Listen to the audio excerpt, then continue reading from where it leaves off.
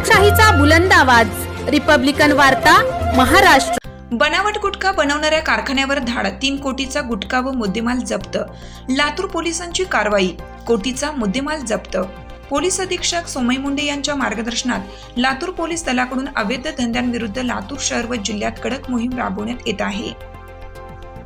अवैध धंद्यांविरुद्ध राबवण्यात येत असलेल्या कडक कारवाईचाच भाग म्हणून सहाय्यक पोलीस अधीक्षक बी चंद्रकांत रेड्डी, उपविभागीय पोलीस अधिकारी चाकूर यांच्या पथकाला अतिरिक्त MIDC लातूर येथे अवैधरित्या बनावट गुटखा बनवण्याचा कारखाना चालू असल्याची माहिती मिळाली।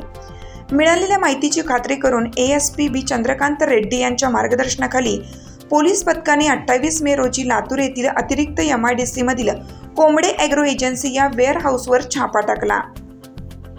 छाप्यामध्ये बनावट गुटखा तयार करण्यासाठी वापरण्यात येणारा कच्चा माल, सुपारी, तंबाखू पावडर, मिक्सर, सीलिंग करणाऱ्या मशीन, गोवा 1000 असे छापील पॅकिंग साहित्य, बनावट गुटखा, एक ट्रक व एक पिकअप असा एकूण 3,05,73,400 रुपये किमतीचा मुद्देमाल मिळून आला।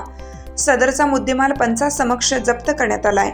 सदर प्रकरणी अंकुश रामकिशन कदम वय 32 वर्ष राहणार रामवाडी तालुका चाकूर, हसन कुमार तिलाही उराम राहणार शहाबसगंज राज्य बिहार, गोकुळ धनराम मेघवाल राहणार चुवा राज्य राजस्थान, धनंजय गणिनाथ कोंबडे राहणार लातूर, पारस बालचंद पोखरणा राहणार लातूर, राम केंद्रे राहणार लातूर, विजय केंद्रे राहणार लातूर यांच्या विरुद्ध MIDC पोलीस स्टेशन लातूर येथे गुन्हा दाखल करण्यात आला असून पुढील तपास चालू आहे।